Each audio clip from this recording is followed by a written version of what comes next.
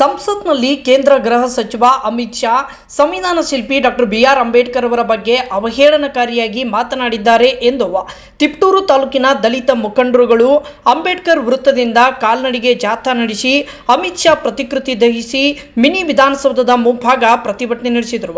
ಬಳಿಕ ತಮ್ಮ ನ್ಯಾಯಕ್ಕಾಗಿ ಉಪವಿಭಾಗ ಅಧಿಕಾರಿಗಳ ಮೂಲಕ ರಾಷ್ಟ್ರಪತಿಗಳಿಗೆ ಮನವಿ ಸಲ್ಲಿಸಿದರು. ಈ ವೇಳೆ ಮಾತನಾಡಿದ ದಲಿತ ಮುಖಂಡ ಕುಪ್ಪಾಳು ರಂಗಸ್ವಾಮಿ, ಗೃಹ ಸಚಿವ ಅಮಿತ್ ಶಾ ಡಾಕ್ಟರ್ ಬಿಆರ್ ಅಂಬೇಡ್ಕರ್ ಅವರ ಬಗ್ಗೆ ಸಂಸತ್ತಿನಲ್ಲಿ ಅವಹೇಳನಕಾರಿಯಾಗಿ ಮಾತನಾಡಿದ್ದಾರೆ. ಇಂಥವರು ಈ ದೇಶವನ್ನ ಹೇಗೆ ಕಾಯುತ್ತಾರೆ ಎಂದು ಈ ದೇಶದ ಜನ ಆತಂಕಗೊಂಡಿದ್ದಾರೆ. ಈ ದೇಶದಲ್ಲಿ ದಲಿತರಿಗೆ ಪದೇ ಪದೇ ಅನ್ಯಾಯವಾಗುತ್ತಿದೆ. ದಲಿತ ಹೆಣ್ಣು ಮಕ್ಕಳ ಮೇಲೆ ಅತ್ಯಾಚಾರ ಮಾಡಲಾಗುತ್ತಿದೆ. ಇಂಥವರನ್ನ ಈ ದೇಶದಿಂದಲೇ ಗಡೀಪಾರು ಮಾಡಬೇಕು ಎಂದು ಒತ್ತಾಯಿಸಿದರು. ಛಲವಾದಿ ಅಧ್ಯಕ್ಷ ಬಜಗೂರು ಮಂಜುನಾಥ್ ಮಾತನಾಡಿ, ಭ್ರಷ್ಟ ನೀಚ ಕೇಂದ್ರ ಗೃಹ ಮಂತ್ರಿ ಅಮಿತ್ ಶಾ ಬಾಬಾ ಸಾಹೇಬ್ರ ಬಗ್ಗೆ ಅವಹೇಳನಕಾರಿಯಾಗಿ ಮಾತನಾಡಿದ್ದಾರೆ. ಇವರನ್ನ ಕೂಡಲೇ ಮಂತ್ರಿ ಸ್ಥಾನದಿಂದ ವಜಾಗೊಳಿಸಬೇಕು ಎಂದು ಒತ್ತಾಯಿಸಿದರು. ಜಿಲ್ಲಾ ಸಂಘಟನಾ ಸಂಚಾಲಕ ನಾಗತಿಹಳ್ಳಿ ಕೃಷ್ಣಮೂರ್ತಿ ಮಾತನಾಡಿ, ಈ ಭಾರತ ದೇಶದ ಪಾರ್ಲಿಮೆಂಟ್ನಲ್ಲಿ ನಿಂತು ಈ ರೀತಿ ಹೇಳಿಕೆ ಕೊಡುತ್ತಾನೆ ಎಂದರೆ ಎಷ್ಟರ ಮಟ್ಟಿಗೆ ಈತನ ಕೊಳಕು ಮನಸ್ಥಿತಿ ಇದೆ ಅಂತ ಕಾಣುತ್ತದೆ. ಅಂಬೇಡ್ಕರ್ ಅವರು ಕೊಟ್ಟ ಸಂವಿಧಾನದ ಭಿಕ್ಷೆಯಲ್ಲಿ ಚುನಾಯಿತನಾಗಿ ಇಂದು ಕೇಂದ್ರ ಸರ್ಕಾರದ ಗೃಹ ಸಚಿವನಾಗಿ ಡಾಕ್ಟರ್ ಬಾಬಾ ಸಾಹೇಬ್ ಅಂಬೇಡ್ಕರ್ ಅವರನ್ನು ನೆನೆಯುವುದು ಈತನಿಗೆ ಪ್ಯಾಷನ್ ಆಗಿದೆ. ಅದಕ್ಕಾಗಿ ಇಂಥ ದುರಂಕಾರಿ ಹೇಳಿಕೆ ನೀಡಿರುವುದು ಖಂಡನೀಯ. ಈ ಕೂಡಲೇ ನಮ್ಮ ಭಾರತೀಯರಿಗೆ ಕ್ಷಮೆ ಕೇಳಬೇಕು. ನಿಮ್ಮ ಸ್ಥಾನಕ್ಕೆ ರಾಜೀನಾಮೆ ಕೊಟ್ಟು ಹೋಗಿ, ಇಲ್ಲವಾದರೆ ದೇಶಾದ್ಯಂತ ಉಗ್ರ ಹೋರಾಟ ಮಾಡಬೇಕಾಗುತ್ತೆ ಎಂದು ಎಚ್ಚರಿಕೆ ಕೊಟ್ಟರು. ಪ್ರತಿಭಟನೆಯಲ್ಲಿ ದಲಿತ ಮುಖಂಡ ಪೆದ್ದಿಹಳ್ಳಿ ನರಸಿಂಹಯ್ಯ, ಬಿಳಿಗೆರೆ ಚಂದ್ರಣ್ಣ, ಡಿಎಸ್ಎಸ್ ತಾಲೂಕು ಅಧ್ಯಕ್ಷ ಟಿ ರಾಜು, ಪುಟ್ಟಸ್ವಾಮಿ ಚಿಗ್ಗಾವೆ, ದಯಾನಂದ ಬಸವರಾಜ್ ಗಾಂಧಿನಗರ, ಕುಮಾರ್ ಪರ್ವೇಜ್, ಸಾಬುದ್ದೀನ್, ಸಮೀರ್, ಸಿದ್ದೀಕ್, ಚಂದ್ರಶೇಖರ್ ಸೇರಿದಂತೆ ಇನ್ನೂ ಹಲವಾರು ಮುಖಂಡರು ಭಾಗಿಯಾಗಿದ್ದರು. ವರದಿ ಮಂಜು ಗುರುಗದಹಳ್ಳಿ, ಭೀಮವಾದ ನ್ಯೂಸ್, ತಿಪಟೂರು.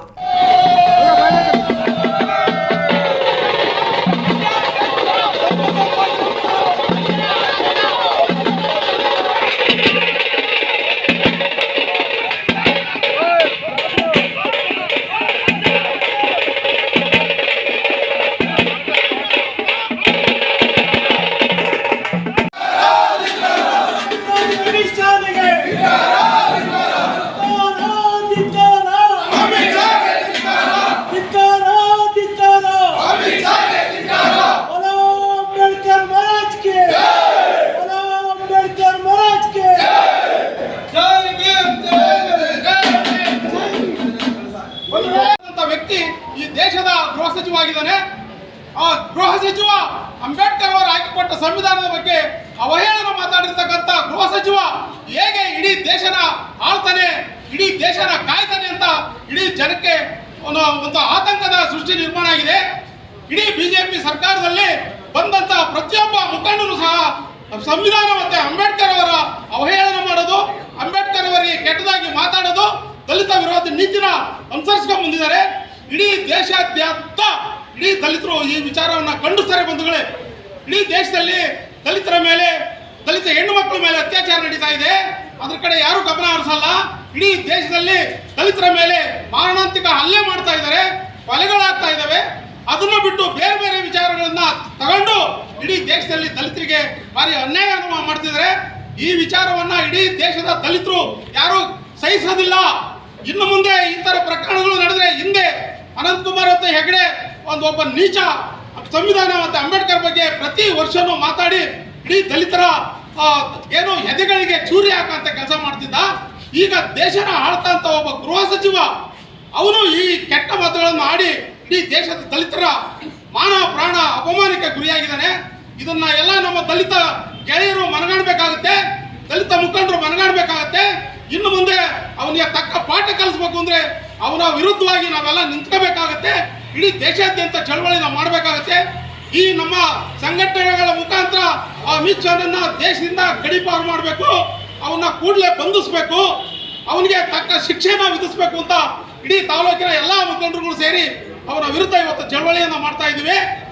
ಈ ಚಳವಳಿ ಹಿಂದೆ ನಿಲ್ಲೋದಿಲ್ಲ, ನಿರಂತರವಾಗಿ ನಡೀತಾ ಇರುತ್ತೆ. ಈ ಚಳವಳಿ ಯಾವತ್ತೂ ಸಾಯೋದಿಲ್ಲ. ಚಳವಳಿಗೆ ಒಳ್ಳೆಯ ಒಂದು ರೂಪ ಇದೆ, ಚಳವಳಿಗೆ ಒಂದು ಒಳ್ಳೆಯ ಅವಕಾಶ ಇದೆ.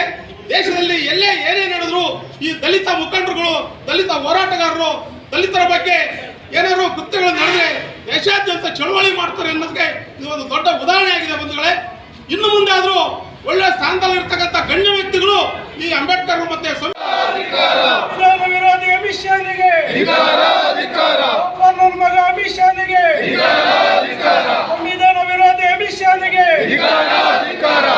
ಅಂಬೇಡ್ಕರ್ ಮಹಾರಾಜ್ಗೆ, ಅಂಬೇಡ್ಕರ್ ಮಹಾರಾಜ್ಗೆ. ಬಂಧುಗಳೇ, ಮಾದಿಗ ಛಲವಾದಿ ಮತ್ತು ದಲಿತ ಪರ ಸಂಘಟನೆಗಳ ಒಕ್ಕೂಟ ತಿಪ್ಟೂರು ತಾಲೂಕು ಶಾಖೆ ವತಿಯಿಂದ ಇವತ್ತ ಏನು ಕೇಂದ್ರ ಗೃಹ ಸಚಿವ ಅಮಿತ್ ಶಾ ಅಂಬೇಡ್ಕರ್ ಬಗ್ಗೆ ಅವಹೇಳನಕಾರಿಯಾಗಿ ಮಾತಾಡಿದ್ದಾನೆ. ಅದರಿಂದ ಎಲ್ಲ ದಲಿತ ಪರ ಸಂಘಟನೆಗಳು ಇವತ್ತೆಲ್ಲ ಭಾಗವಹಿಸಿ ಒಂದು ನಮ್ಮ ಉಪವಿಭಾಗಾಧಿಕಾರಿಗಳು ತಿಪ್ಟೂರು ಉಪವಿಭಾಗ ತಿಪ್ಟೂರು ತುಮಕೂರು ಜಿಲ್ಲೆ ಅವರ ಸನ್ನಿಧಾನಕ್ಕೆ ಮಾನ್ಯರೇ ಕೇಂದ್ರ ಗೃಹ ಸಚಿವರಾದ ಶ್ರೀ ಅಮಿತ್ ಶಾ ಅವರು ಇತ್ತೀಚೆಗೆ ದೆಹಲಿಯ ಸಂಸತ್ತಿನಲ್ಲಿ ಡಾಕ್ಟರ್ BR ಅಂಬೇಡ್ಕರ್ ಅವರ ಬಗ್ಗೆ ಅವಹೇಳನಕಾರಿಯಾಗಿ ಮಾತನಾಡಿದ್ದಾರೆ. ಆದ್ದರಿಂದ ಅವರನ್ನು ಕೇಂದ್ರ ಸಚಿವ ಸ್ಥಾನದಿಂದ ರಾಜೀನಾಮೆ ಪಡೆದು ದೇಶದಿಂದ ಗಡೀಪಾರು ಮಾಡಬೇಕೆಂದು ಆಗ್ರಹಿಸಲಾಗಿದೆ.